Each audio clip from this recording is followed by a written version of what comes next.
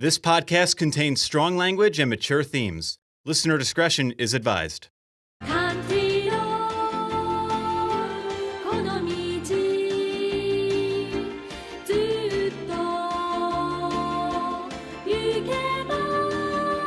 Hey everybody, and welcome to the Palmtop podcast. My name is Alex. My name's Kyle. And this is usually the place where we talk about rom-com slice-of-life anime, school stuff. Those shows where two people, you really want them to kiss each other, but they never do. Yeah, that one.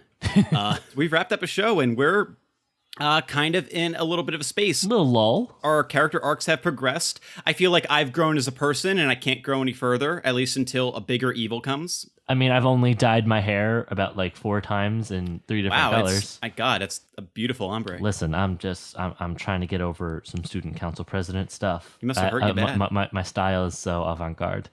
Oh my God, it's so on the nose. There's actually a nose there too. It's absurd. Yeah, I put a nose in my hair. That's amazing. Honestly, you know what this means though? You're getting a little wacky. I think we're in a filler arc. Oh no, that would explain why I have more noses than usual. That would explain why my walking's been a little choppy. I haven't seen my mouth move in a few days. It's just been covered by bushes and gloves. We just stand really still a lot. Yeah, that's right. We just keep talking about the events at hand. Right, now all we're missing is a character that's not important to the plot. Yeah. Oh, hey, Mike. You mean me? He's been here the whole time, folks. Terrific. Hello. Mike, other member of Kitchen Bed Media. Well, Also hi a member there, of the friends. 102 cast for those of you who might like some nice boys. Mike, what's up? Oh man, nothing much. Just got out of school myself and coming in to join everybody here at this little groove. See what's Welcome. going on. I know Kyle's got a lovely amount of noses in his head. I thought we agreed not to talk about it. I mean, I was never. I must have missed that memo. Look, I'm okay, sorry. it's okay if I talk about it. It makes me uncomfortable when you talk about it. Even if the one on the left is dripping a little bit. I can smell the plot development. Oh God! All right, enough of this bit. Let's move on. Let's move on to our movie of the filler of the We're week. watching a movie. Yay, cornmeal. Hey, Mike, you like Studio Ghibli? Yeah, actually, I really do like Studio Ghibli. Guess what? I'm kind of mediocre on it. And I'm here and there. I like some of Miyazaki's works, but this film, Whisper of the Heart, one of the few films not directed by Miyazaki, What? surprisingly fits in to Palmtop Podcast. Yep. Definitely fits those credentials. Fits those absolutely. credentials. Those unwritten, we know it in our head credentials. Little bit of love, a little bit of magic. Not a lot of magic. There's just enough to get you to watch it. It was Mike, a lie of magic. There was a false promise. It was the cake is a lie of magic. A lot of longing stares, a lot of awkward conversations. And people starting to talk at the same time. Oh, yeah. Super awkward moment when were you That gonna? bit Mike. didn't work. Oh my God. Oh, I could see the flames. Your noses are all burning up. Oh no! Yeah, this is My Yoshifumi Kondo. bloodline technique. Yoshifumi Kondo was being groomed as the next Miyazaki. He was a key animator or an animation director on Kiki and a few Ooh. other films. And unfortunately, one movie then died of overwork, exhaustion, heart problems. Such a shame. It sucks. Same. If this is if this is your only movie, I'd say you did a good job though. Yeah, Absolutely. definitely. So, That's a strong piece behind. Mike, I'm going to let you talk, but this is usually not your genre. You're not usually into any kind of romance plots or any kind of quiet. It's almost like 102 dedicated a whole week to try to make Mike like romantic Oh, comedies. it's a whole month, Kyle, month. not a week.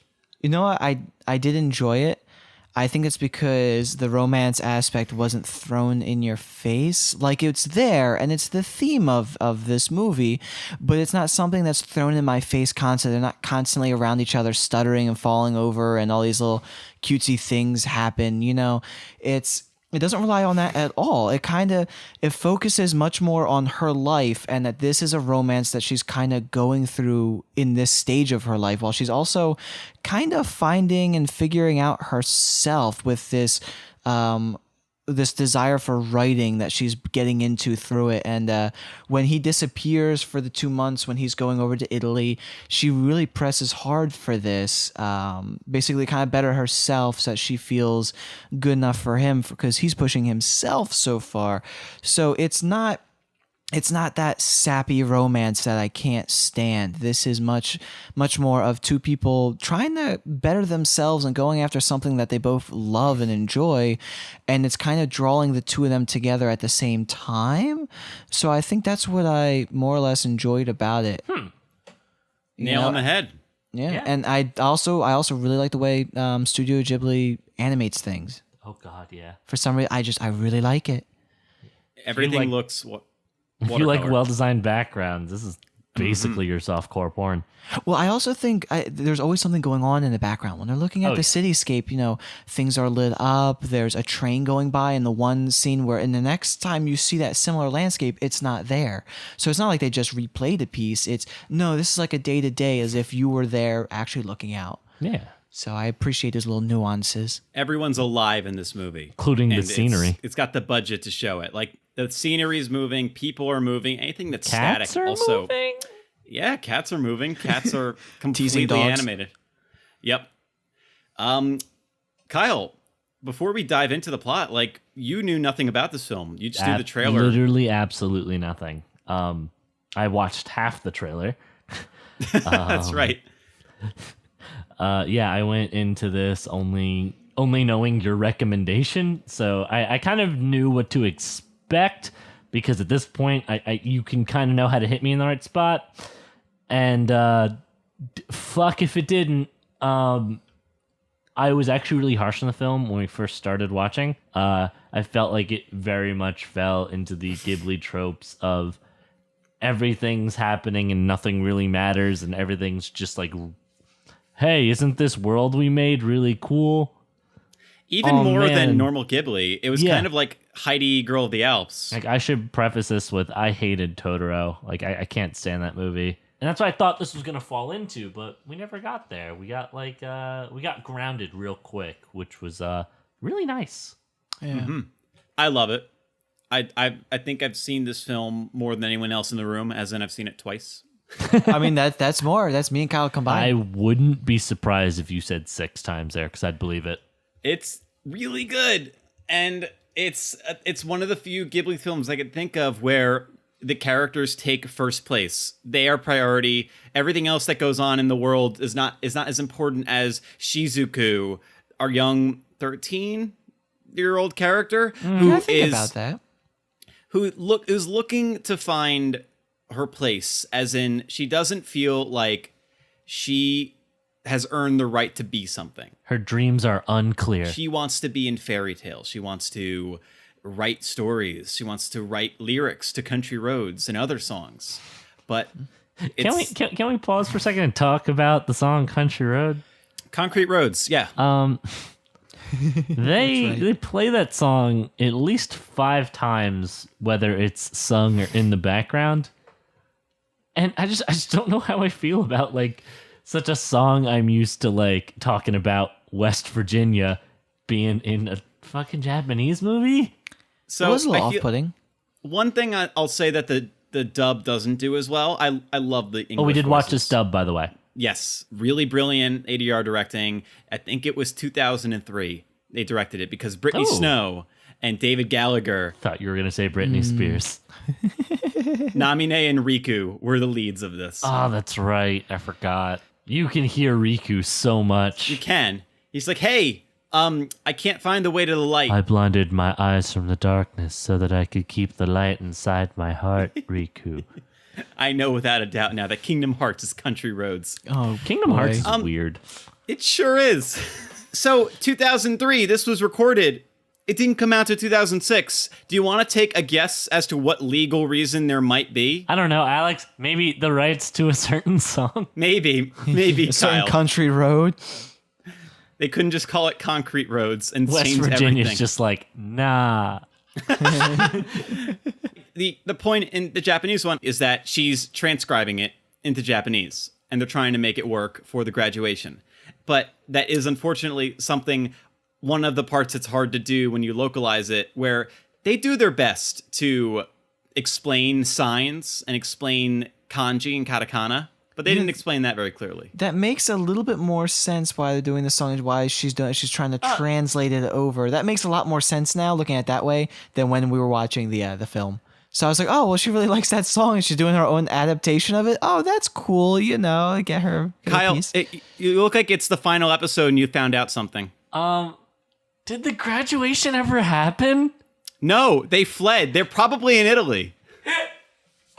I just realized, like, we spent all this time focusing on, like, graduation's coming up and stuff like that, but, like, we never got that scene. I mean, she's doing the writing for graduation, but that's it. Like, She's got no other involvement with. On it, but they both say, I mean, I guess I'll just talk about the end because I just had this realization. But like, they both say they're going to go on to high school, so they'd obviously both be going to graduation. And wouldn't that have been like a great way to end it instead of the ending we got? But we'll get there. You mean where he hugs her and says, yeah. All right, shush. We can't know about physical contact. They only hold hands, Mike. Maybe that's the reason it took 3 years to publish. We have to add more physical contact into the English release. Quick, Photoshop Seiji falling on top of Shizuku. Do it harder. It's just I just want it to be a still frame of the two of them getting closer. Like it's like little cutouts of like the stills of them getting closer, like her falling. Like South Park-esque, just like they shake them close to each other. Exactly. And like, in the background, all you just hear is country road. They're little cutouts on popsicle sticks that they get closer together. Oh, God. No wonder they went with... They didn't even have the money to dub it. It switches back to Japanese. That'd be great. So anyway, back to the plot. Yeah, Shizuko's whole family is great, but they're also You mean a very sister that's always nagging her, a mom that's like kind of torn out between work and like barely home, and a dad who works at a library but seems to like be always involved in his own work? And taking all of it home with him where their house is a completely cluster. Like, you work at a library, dude. The Tsukishima family is obsessed with work, so naturally Shizuku's just like, hey, I feel like I'm responsible for the house here, and I don't feel like I have much of a dream or a goal, and everything I want is kind of in fairy tales. Every book I keep renting out from my dad's library, though, has someone else that rented it before me, and it was Seiji Amasawa. Anyway, back to the plot. You know, I made kind of a realization now when we're talking about the two different households. Shizuku comes from a place that's very studious. Almost everyone's like either studying or doing like a business job that needs a laptop. The mom goes back to school. Yeah, like she has the choice to. Yeah. And here she is, someone with kind of a more artful soul that doesn't really like fit into the same cookie cutter all the rest of them do. Mm-hmm. And it's just an angle like I didn't really think of until just now. It worked really well, especially with the rural environment. It was very much an old soul town, and everything she was wanting to do belonged in one location in the town, which was an antique shop she runs into. But we can kind of skip around. It's the most of the early parts of the film are about her friend Yuko, who is dealing with the love triangle. Oh God! Oh, it's a baseball guy. Baseball guy, best guy. Baseball guy who the entire dub for this film is so laid back and on a very low voice, and then he runs in, pass the ball over here, yeah, Throw me my bag. yeah, Stupid girls. He's like, hey, I want to give Yuko a love letter for my best friend because I secretly like Shizuku. The love triangle is kind of just in the background. So, I find it really interesting when we get like people who are younger and like inexperienced love and like are experiencing it for like the first time. In most animes, you don't really kind of feel like that, like, oh, this is their first love and they like don't really know what they're doing. This one kind of nails that, especially with Shizuku. When the one baseball guy comes out as like, hey, I like you, not your friend. She's just like, shit, I don't know what to do right now. You're an idiot, not me. No. Yeah, and then she just handles it like any other problem, like not really think about his like feelings. Oh, he's just like, no, this is wrong. You kind of like my friend. We can't. No. Yeah. I have no feelings for anyone. Shut up. You're dumb. I totally don't like this guy who's renting every book before me. Yeah. I sure hope he isn't that one jerk that found my Country Roads transcriptions. Oh no! Oh no, what if it is? That'd be a plot twist now, wouldn't it? What did you think of the antique shop? Ooh, the antique shop was real neat. Had like this little eclectic collection of different pieces, and I mean, of course, the grandfather clock was.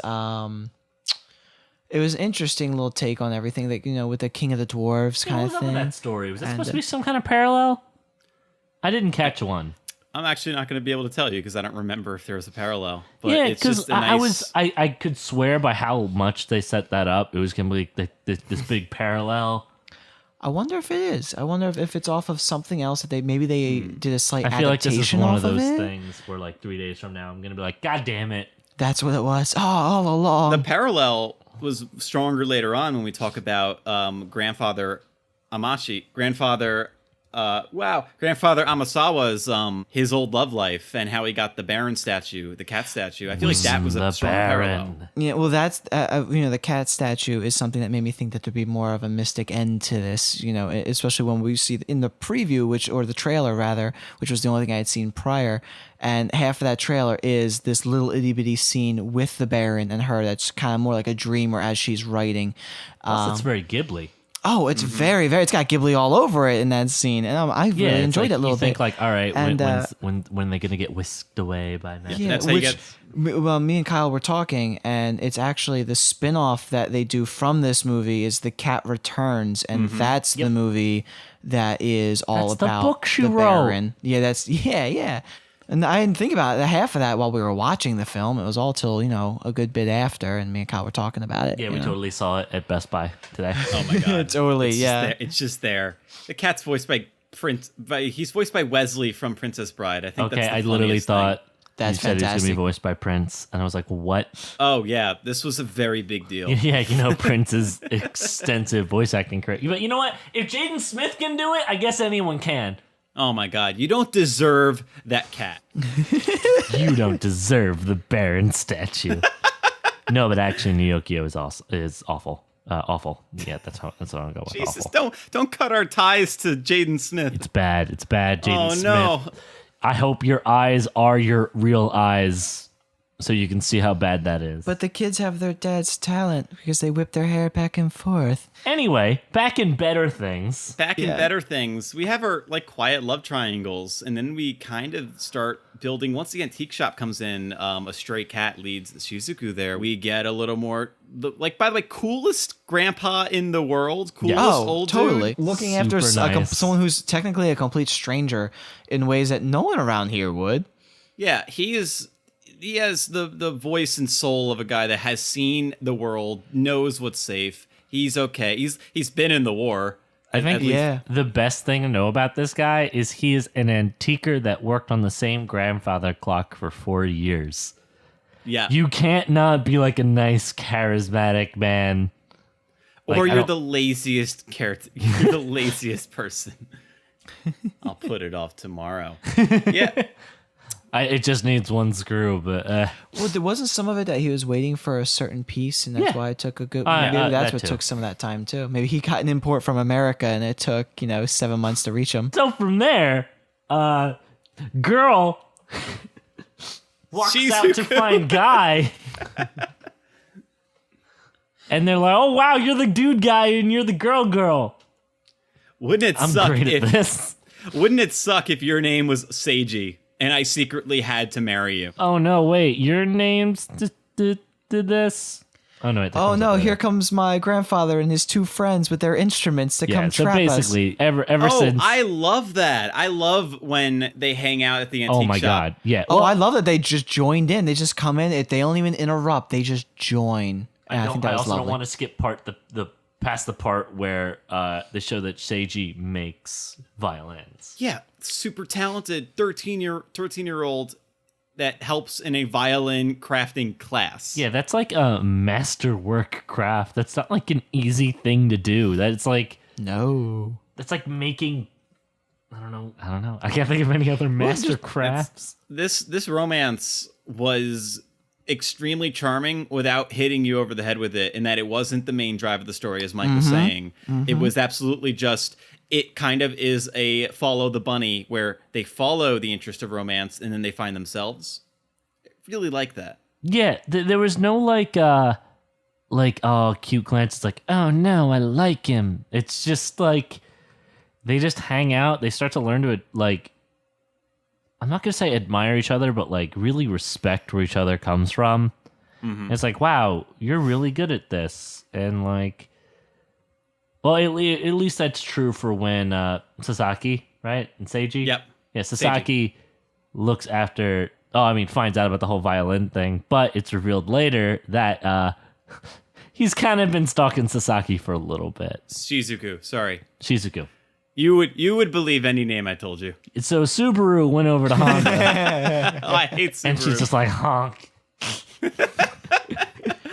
Hey, you're going off to Italy for 2 weeks, then you're going off for 10 years. Yep, bye. I'm going to go learn how to make violins. with my That's dad's 2 uncle. months and then 10 years. I adore the scene where Seiji comes up to Shizuku in her class and is like, I need to talk to you. And the entire class becomes like the audience for the biggest sitcom on the planet. They are all over themselves trying to find where they've gone. What else do you do when you don't have phones yet? Yeah, what else do you do? The teacher's still teaching class. He was there talking, and he wasn't anymore. I think he knew it was done. The kids were all going to go chase after.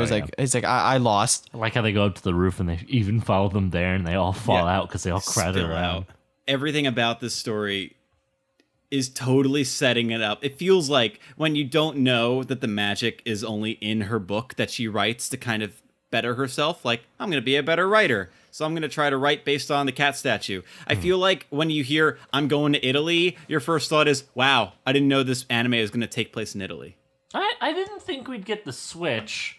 I mean, Okay. plenty of romance ones like this have like, oh, I'm going away. Oh, I came back. And then it's like, I'm going with you this time. Or, I don't know, some kind of shit like that. So I wasn't too worried about us leaving here, mostly because of how they set up the rooftop thing. Like, if they weren't as close in that conversation where it's just like, oh, fuck, we just realized we're going to miss the shit out of each other. Uh-oh. Yeah. Spaghettios. You gotta write your feelings out, Shizuku. Go practice your junior high writing and then get upset about it. Also, amazing old grandpa's like, I'll critique your work when you're done with it. Comes back with like 55 X's over it. When did she decide to write the essay again? When the he's gone story for the 2 When months. he goes for the 2 months. Like, it wasn't in a conversation with one of her friends. Yeah, Yuko. Right. with, They meet up Freckles and they're girl. like, "Oh, I'm not worthy of him. He works so hard on his craft, and I'm just sitting around here reading fairy tale books." And she's like, "Fuck, that's what I could do. I'll write a fairy tale book." I feel like the movie. Sorry, go on. I feel like we're about to hit the same mark here. Maybe. It feels kind of weird that this movie is balanced on the thought of I'm not good enough, which true. is it's kind of like an unhealthy mind state to be at. But if it's something that fuels you to go that extra mile, sometimes it's worth dwelling on that kind of a feeling. The message I got was that comparing yourself to someone else is actually a problem, because when she compares herself to Seiji and goes, he's so passionate about violin crafting, so I'm going to be that passionate about writing, it completely destroys her life. Like, in a very friendly way, but she's not eating. She's at home. She's missing school. She doesn't talk to her family or her friends. Like, That's it's true. completely She has absorbed isolated her away. in. And, like, she might be doing amazing work, but if she did not give up writing at the end to go back to school, like, this would be a very tragic tale of someone who just becomes a shut-in. I can't disagree with that viewpoint, but I also feel like this is something she needed to go through. Like, she definitely needed to get that first work out to realize, oh, I need more education so my writing will be physically better. Yep. So let me do this. I feel like she really needed this moment. Even if it was unhealthy, it's necessary for her growth. I guess you could also say that like the fairy tales, the fact that she was drawing so much from fairy tales is because she hasn't had a lot of life experiences. So to fill in those holes and That's to true. tell Especially with better all that reading stories. from the Yeah. library. That geode like Got reference some of Stardew Valley flashbacks. yeah, here's a geode. Look at the beautiful gems inside. The one on the top is the easiest one to perfect, but the ones on the inside are the ones you have to reach for. Yeah, really, really good grandpa metaphors. Unlike some other metaphor machines we've encountered in other series. You need to be critical on yourself enough to push yourself for better, but not so critical that you shut yourself down. And you need to learn from those around you and their own experiences to add into your own and help you interpret, the own world around you properly. Sometimes, it can always assist. So yeah, no, I completely agree with all that. Yo, but shout outs to her parents. Like, Yep. Yeah. they literally are like, yo, your school grades are fucking awful. But we've noticed you're working really hard lately. I know you don't want to show us what you're working on, but like, we'll let you be bad at school for a little bit. Just finish this soon. That's a good point. And they're not happy about it either. No, and they're like, even like, but you're fucking eating. Like, yeah. get your shit together because you need food. Sister moves out. That's a weird choice there. I think they really want to get really pushing that growing up metaphor. I think that's what that's there for. I think so, yeah, because then that's the whole, well, if you don't go to school and never learn, then you're not going to be able to support yourself and all this other stuff. True. You even have a weird moment kind of early on where the sister tells the mom about it, and they have like kind of like this nice touching moment. It's like, well, it's around that time, it's like, oh, but can you even afford it? And it's like, well, been saving up. I think she says something really weird too, like, I took one summer job and got a few extra hours, so now I can afford a house. Oh man, old Japanese economy must have been great. She's moving next week. Yeah, right? And she's in school. That's crazy. Fuck. It's Different times for sure. Absolutely. Did you get the you get the vibe that Japan, especially back then, is so focused on work because that's the way their industry is. We get to really explore kind of like that mystifying of things that kids have. Like you have the scene where she follows Moon. Oh, Moon? There was a couple names for the cat, but like, oh, there's a cat on the train. Oh, this is just like one of my Japanese animes. And she just like follows it around town. I don't know. It's at that point where I thought it was going to go Ghibli and like bring me to some magical cat land, but it didn't. And I think it kind of played on that expectation. And I think I got to really give it credit for that. Mm-hmm. Well, like when she goes down the dark alleyway following the cat, you right? kind of think I that's going to be totally like your thought she was portal coming out. into something There's gonna be unique mushroom happening. houses. Right. Yeah, Your Alice yeah. scenario. Yeah. Yeah. You don't get that. You don't you get two scenes where the art goes fantastic in those stories. One of them's a big old metaphor of dead birds. Yeah, no, that part Oh, I was forgot about creepy. that weird dream she had, yeah. Yeah. So, Alex, I want to ask you, what did you think of the ending? I don't know if I think it gels as well with the rest of the story. I went into it when I first saw it knowing that the ending was changed.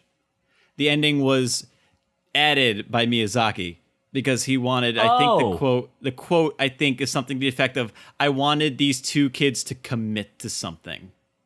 Really?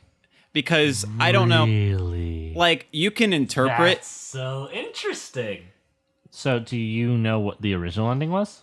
No, I Okay. think it was just in pre-production or in production. They went, let's change the ending. So maybe she doesn't let go, or maybe he doesn't quit his job. Like it's just. I feel like it's also the way old traditions and values are. It's just like, hey, marriage will naturally come out of love.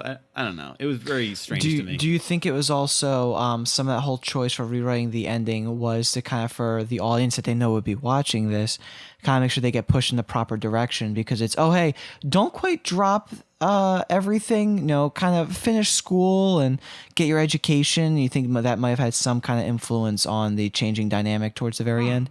You know what I mean? Because it's kind of like, hey, we're going to do this thing. It's worth No, considering. we're not going to do this thing. We're going to finish school and, hey, I love you, and hugs her at the end. And I'm kind of like, that whole hug and I love you thing felt a little, I don't want to say quite rushed, because they've been very into each other for some time now, but I don't know, the placement of it just felt off. The entire bike scene before it, where he's going, I promised I would go up this mountain when I saw you, is so much better as an ending between them. Absolutely. Than ending on, but let's get married. Okay, great. It didn't feel necessary. And you know what it reminds me of? Every film in the studio system in Hollywood before the World War II, where every ending had to have the bad guy dying and the good guy winning, and everyone was okay. And the only way they could kind of eschew that is if they had the good guy morally corrupt or upset as long as the bad guy died. Like, they had to always steer in this direction. That's kind of the vibe. Absolutely. Like, hey, don't cut school. You can get married. Like, ignore the rest of the values of the film as long as that happens. So You are Right. literally nailing exactly how I feel about this ending. it doesn't gel. It doesn't My problem was I was literally going to say it felt like somebody else wrote it, and you tell me someone else Miyazaki write did. it. And I'm dying on the inside because fuck, like they had like this great potential and like that really big lead up with the hill scene, like you were saying, and like you even have that great scene where it's like, I've been waiting outside your window all morning. And it's just like, oh my god, these two are so cute. And it's just like, do I believe the guy would like throw his arms around her and say I love you? Yeah. But not at that Did moment. we have to end the do you movie want on it that? to? No, that's. Yeah, no. I think that's the please. problem when you have too many hands in the basket or things Yeah. like that. I think that's kind of one Too of many those things. cooks. Yeah, and obviously the gentleman that made this, I'm guessing when this originally aired, it was this ending. So Miyazaki put his hands in while this guy was still doing his thing. Because it's different than there's other films that halfway through a director has died or something like that, and the other someone else takes over, but you can feel that shift. And obviously people have different ways of doing things, but it's I guess people have a hard time either accepting or just gelling with what was already going on and making something flow properly. You always feel that rift in the change. It's anything. You can tell when someone picked up a different pen. Oh, My absolutely. question, Definitely. how do you guys think this would have ended if Mr. Kondo did it himself? Very much open-ended. I don't think there'd be much of a committal besides like, hey, why don't we try to go to the same high school? Or like, If that was even going to happen, or if maybe it was Yeah. going to even reach the, Yeah. of maybe he's going to go back to Italy and maybe ask her to come with him and she can write while he does his apprenticeship. I don't think that would happen. don't think that would be that that's way? a bit like Too much. too extreme. It's a bit more grounded than that. I feel like this movie could also end with just the promise of like, I'll be a great violin maker. I'll be a great writer. Let's support the shit out of each other. Because like that's kind of the message we had at the end. And like I'd totally be fine with them just like on that cliff, just looking out, and then the credits. You could even end it when he's outside her window and she runs down. Oh my god, yeah, and they just walk down the street away, and then it just ends there. Oh, yep, I'd be fine with that. That's true. That would be a good ending. Oh, well, I need that hill scene though. I really need Yeah, it. the bike scene. Yeah. What audiences want versus what works better for the film is such a fascinating discussion. There are so many film endings that often feel like they're done to make the audience happy. Fascinating look, and especially with Miyazaki, who's known to be very controlling over his work. He wants everything he wants everything coming out of Ghibli to be perfect. So how interesting that something he touched is actually something that dampened the film. Yeah, I think them pushing her, helping him get up that hill on the bike would have been, they kind of get to the top and start walking together, is, because she supported him on his way up. He was trying to carry her, but then she says, no, I'm going to help you out. I think that would have been a much better ending. I'm now like totally sad there were no more films by this guy, because I'd totally watch more of his stuff. He would have been one of the best. Like Probably. he just by this alone, he got into the minds of children that were going through problems then, now, and forever that maybe he never went through, or maybe he did go through, but he had this clear knowledge of the human psyche. It's great. And Absolutely. Country Roads. And Country Roads. It ends on Country Roads. This and Kingsman are fighting over who has more country roads. No, they both step on a landmine at the end. And Jesus. yep. Boom. Let's pull the 102 out for a second. Who Okay. would you recommend this to? I actually love this question. I really feel like if you have someone who won't get bored looking at all like these shots, if you don't have someone who's prone to falling asleep during movies, maybe someone who likes more artsy films, like if you have like a Wes Anderson fan, someone who like watches a Sundance film every once in a while and doesn't mind some kind of boring and dull scenes to wait for those really right bits, I feel like this is one to show them, even if they don't like anime. Mike? If I had to recommend it to people, the people I can think right off the top of my head, they'll love anime, especially with things with like a romance theme. You know, this isn't hitting you over the head with it. That's why I enjoyed it. So I think anyone that just enjoys Ghibli in general, that also likes a romantic ends with things, is going to very much enjoy this film. You know, like you said, you don't have to like animation, but you got to be okay with it. Because obviously this is an animated film. And I can't say whether to recommend, you know, a dub or a sub. We've only watched it dubbed, but the dubbed was actually it was well done. I was happy with it. approachable dub. Yeah, it wasn't, you know, off-putting or anything. So I think people would be safe with this if they don't want to have to read subtitles of a foreign film, because I know that's very much a deterrent for a lot of people. So I go, you know, you're safe with the dub with this. So I think that opens the door to a lot more. So Was that one line the guy said in the background? I'm so glad you brought that up because I was waiting to bring it up. My favorite line in the movie is when they're walking by a train station. Every voice, again, even baseball dude, chill, kind of like normal. This one dude, man, what you got to do is read some books. Oh man, I almost forgot about it. It's I love it. It's such a great.